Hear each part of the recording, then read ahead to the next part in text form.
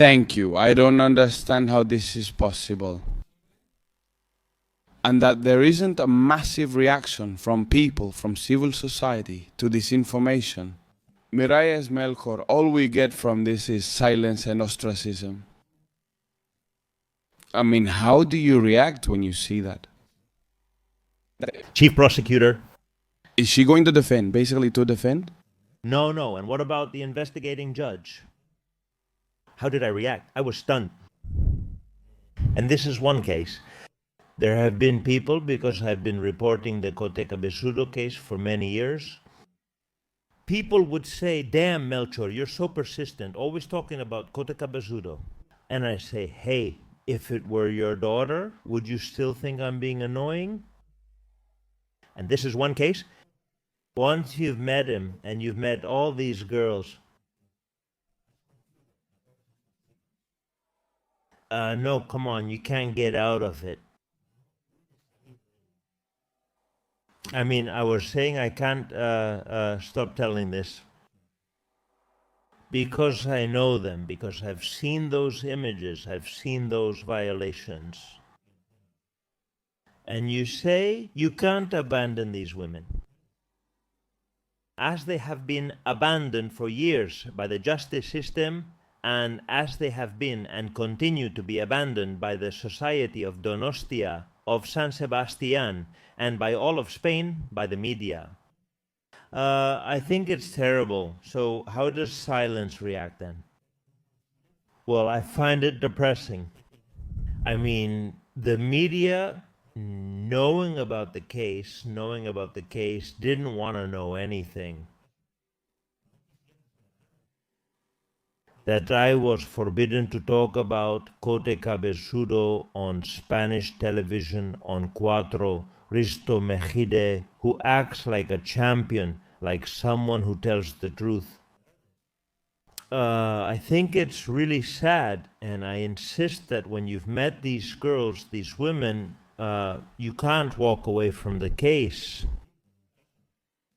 I mean, I couldn't forgive myself if I stopped reporting on the Cotecabezudo case.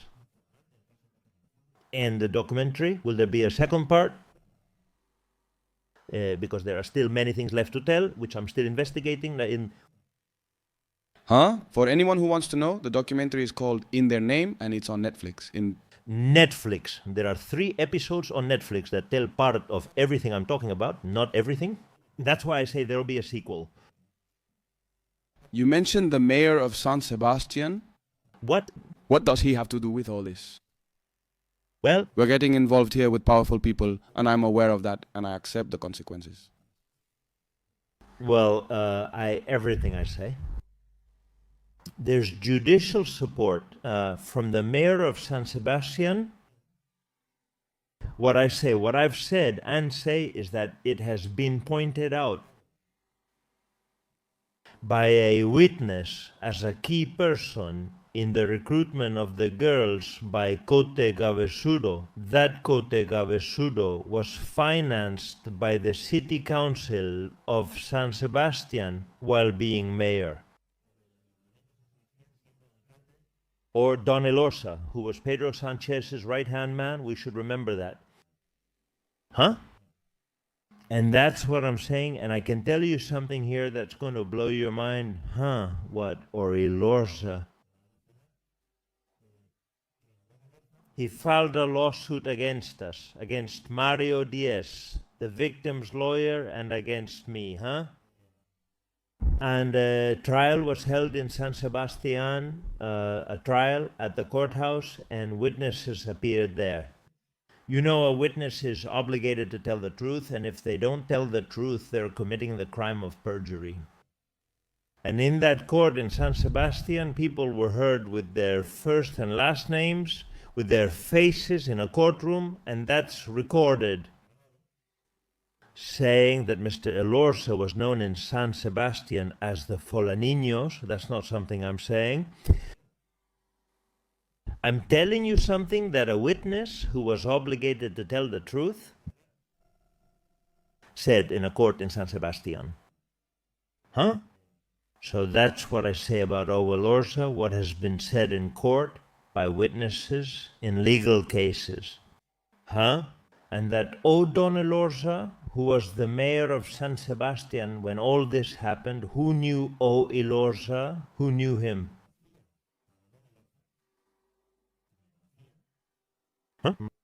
He has never spoken out to express his solidarity with the victims of Cotecabezudo for things that happened for years in the city where he was mayor.